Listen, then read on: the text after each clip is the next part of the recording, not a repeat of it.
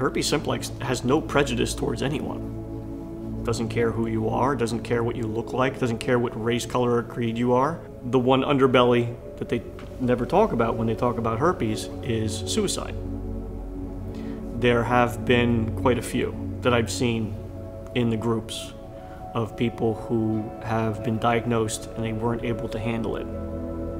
And they ended up getting to a point where they didn't want to be here anymore.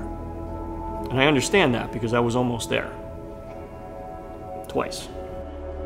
I wasn't really feeling very good about myself, but we were having a conversation about type 2. Typically type 2 is genital, but they're finding out through more data that you can get it anywhere.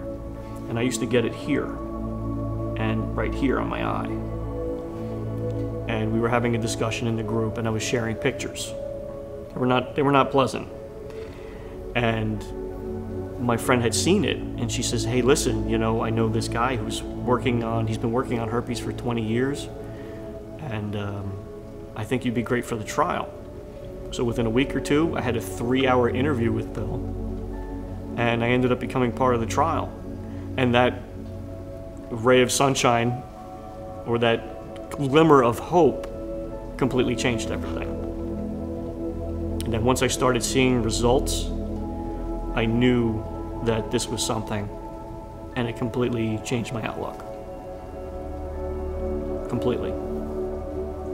I don't know if I would even be here today if it wasn't for getting that vaccine.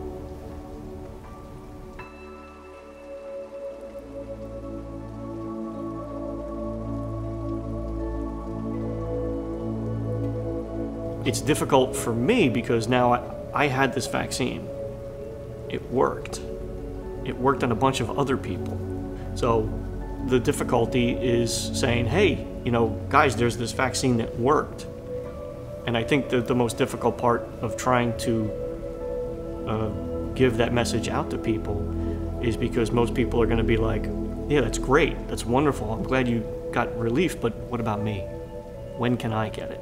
We're talking 5 to 6 billion people share the same virus.